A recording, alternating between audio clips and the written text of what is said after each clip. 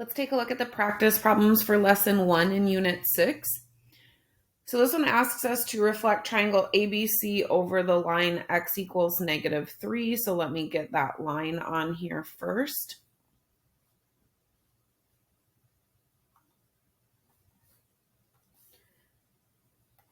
All right, so we'll put the line x equals -3 on here. And then we are going to reflect this triangle over that line.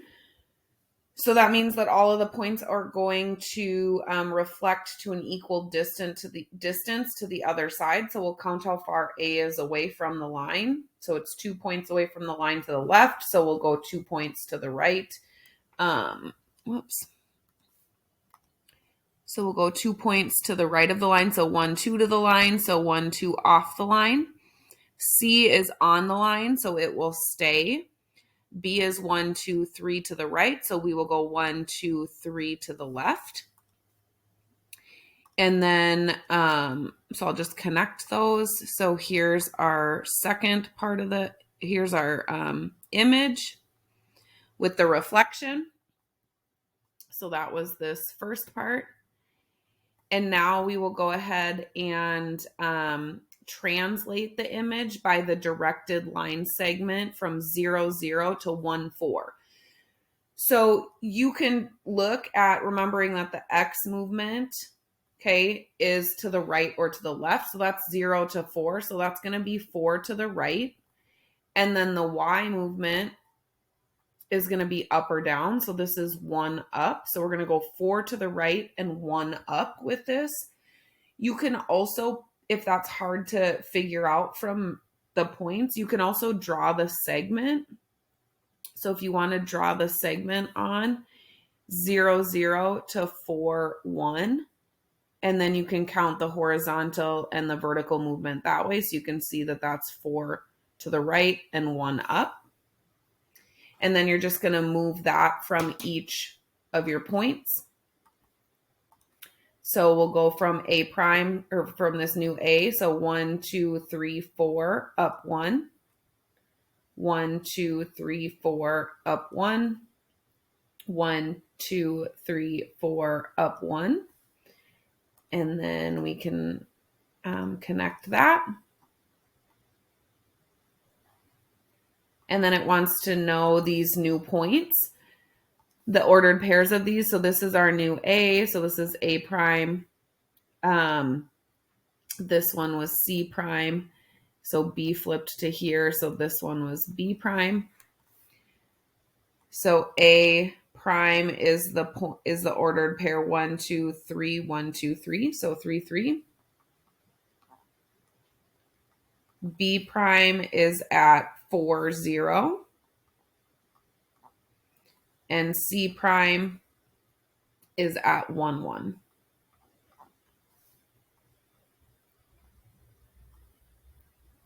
Okay, number 2 gives us 3 line segments that create the letter N, and then we want to rotate this N counterclockwise, okay, so to the left or backwards, okay, this way, around the midpoint, so the middle of this segment, so this point will stay the same, and then everything will rotate around it by 180 degrees, and then describe the result. So we're going to rotate this counterclockwise, so this is 90 degrees. And then this is 180 degrees. So it just landed on itself would be the result there. So D landed over here. So D prime is on A. C prime landed on B. A prime landed on D. And B prime landed on C. So it just rotated on itself. All right. This one has 2 triangles that are plotted for you. So ABC at these points and A prime, B prime, C prime at these points.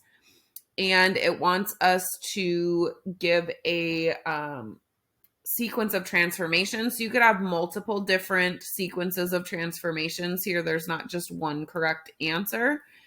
So let me draw this on. And then instead of doing the letters, I'm just going to change the colors of these and so that we can see where they move to. So then let me put this one. So AC I had as pink, so let me do that. BC green, and then AB blue. So that as we move this around, we can kind of see if it's, going to land on itself. All right, so one thing you can do is one option would be to move B to B prime. So that would be a translation. So let me write this out as we do it. So translate ABC. So translate triangle ABC along, and now this one we just moved to the left. So we went 1, 2, 3, 4, 5, 6 units to the left. So translate ABC along directed line segment 0, 0 to -6, 0. So we move it just 6 units to the left. Okay, so that got B onto B prime. So then we could rotate. So now we want to get this one of these, either the blue segments on top of each other or these green ones. So I'm going to rotate the green. So this is point C. So then rotate ABC around point B. So B is the center of rotation, or B prime. So around point B prime clockwise. So let's do then rotate triangle ABC clockwise around point B until C, this point, until C coincides with C prime or lands on top of C prime. So we're just going to rotate and B will stay in place. So we'd be rotating around B until C lands on C prime. Then our final thing would be to reflect. Okay, then reflect ABC over line segment B prime C prime. So that would get you there. That would just flip that over. Okay, that would be one that would get you there. Multiple others. So we can see if we have some others that we could do. So we know that we needed to do some type of reflection. So maybe let's try reflecting first. So I'm going to just reflect this left and right. Okay, so I'm just going to reflect it, and maybe I'll just reflect it over the y-axis. Okay, so reflecting it over the y-axis. So this point A moved over 1, B was 2 away, so B prime is going to be 2 away. C was 4 away, so C prime is going to be 4 away. And then we could look at translating. So just trying some different things here. So we could translate there and then again do a rotation around. Okay, so it could do something like that.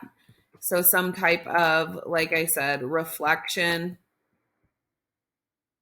So I reflected over the y-axis, then translated to get the points together, then rotated.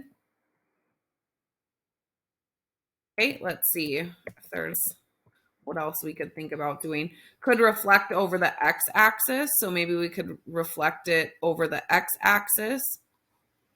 So if we did that, point B would stay the same. So reflect over the x-axis. So let me write this one out because this one's going to be just a couple of moves here.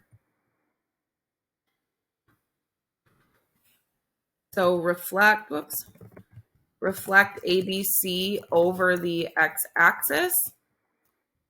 Then we can translate, because now we see it's like right in order. So now we could translate it 6 units to the left and it would land right on top of that.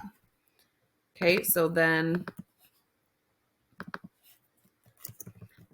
translate triangle ABC by directed line segment -6, 0, 0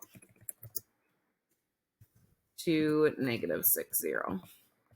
So there's a few options. Again, I'm sure there's multiple more that would work as well. That's just a couple. All right, prove that these two triangles are congruent to each other. So this is going to be using side, side, side, side, angle, side, or angle, side, angle. So those are the ways that we proved triangles were congruent. So it's likely that this one's probably going to be the easiest when you don't have a right angle. So you don't have a horizontal and a vertical line that you can see, and you're on a grid. So we'll go ahead and prove that these different segments are congruent to each other. So let me highlight some here.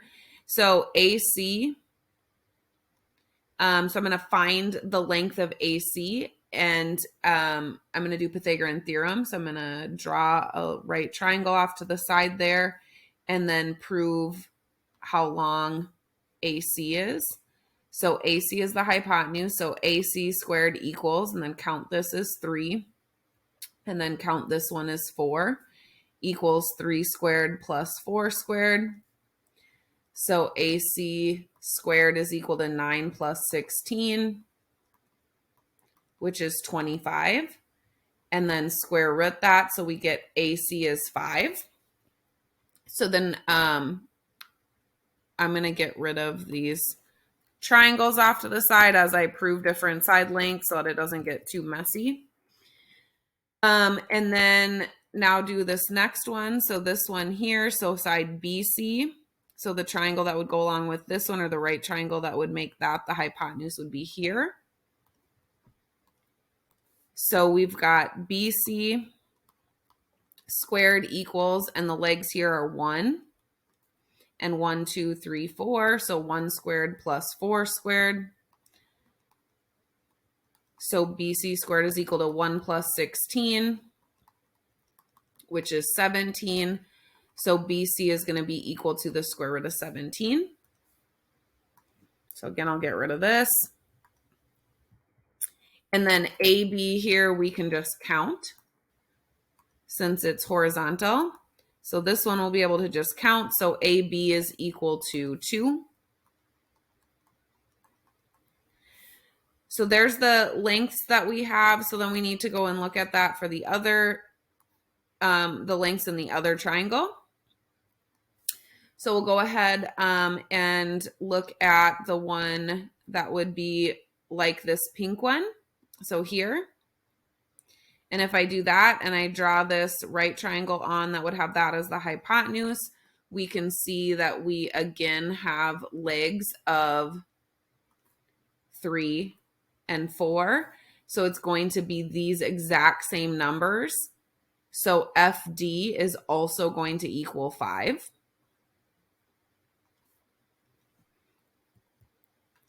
And then when we go ahead and look at FE, so here's FE. The triangle that would go with FE would be 1 and 4 for the legs. So again, that one's going to be equal to this one. It has 1 and 4 as the legs again. So when we do the Pythagorean theorem, we're going to get square root 17 again. And then when we look at the final side is vertical, so we can just count it, and has a length of 2. So ED has a length of 2. So then we've shown that all 3 sets of sides are congruent. So triangle ABC is congruent to triangle DEF by side, side, side.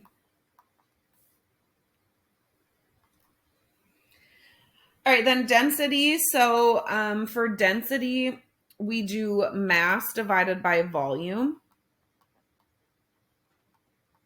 So the weight or the mass divided by the volume. And for water, the density is 1 gram per cubic centimeters. So if an object has a density less than 1, it's going to float. And if it has a density higher than 1, it's going to sink. So we want to take a look at this 1.17 gram diamond in the shape of a pyramid, whose base area is 2 centimeters squared and whose height is 0.5 centimeters. Will this sink or float? So first of all, we already know the mass.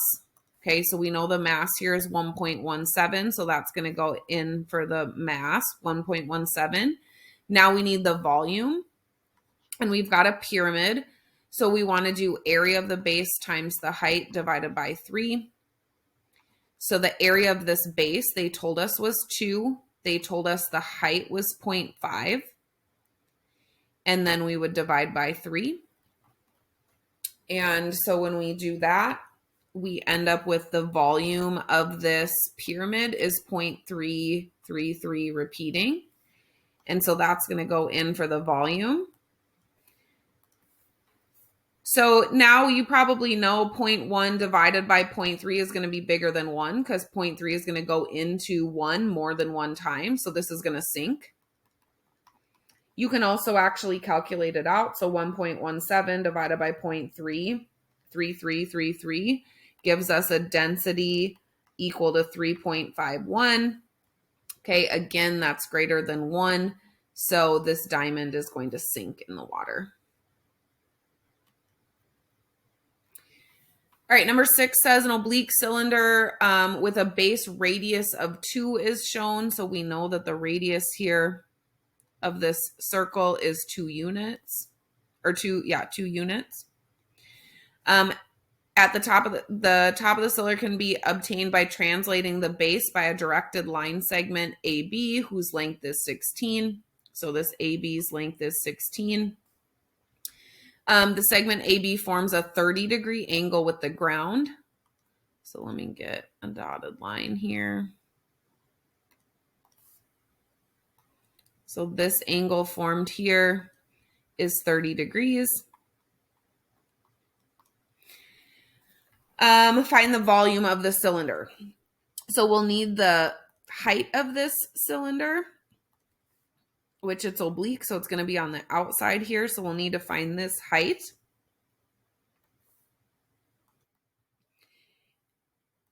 And there's going to be a couple different ways that we can do this. So first of all, hold on. Let's put in the volume formula for a cylinder is just area of the base times the height. So for the area of the base, we can already find that. The base is a circle, so we will just do pi times the radius, in this case 2 squared. So the base area is 4 pi. And then we need to find this height here. And so there's going to be a couple of different ways that you can do that. We've got this 30-degree angle. So if you remember your special right triangle formulas, the short leg, so the leg across from the 30-degree angle, is half of the hypotenuse. So this is going to be 8, since this hypotenuse is 16. So if you remember that formula, you can certainly use it.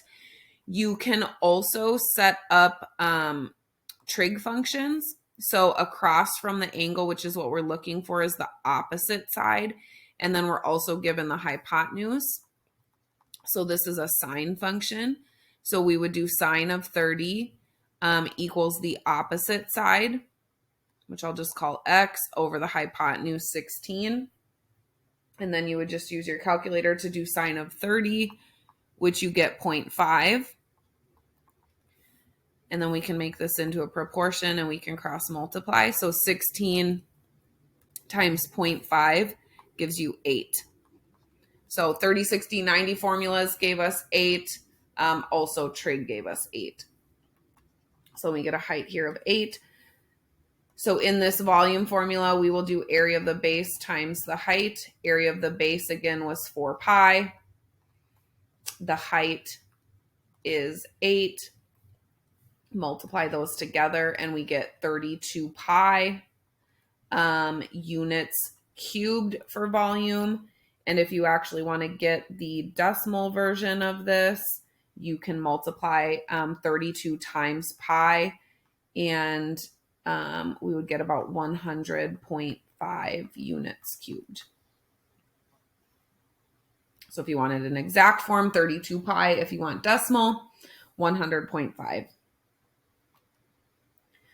All right, then this one says the design began from the construction of an equilateral triangle. Record at least 3 rigid transformations that you see in the design. So this has rotational symmetry. So we could rotate this on itself. So let me do this and show you what this looks like.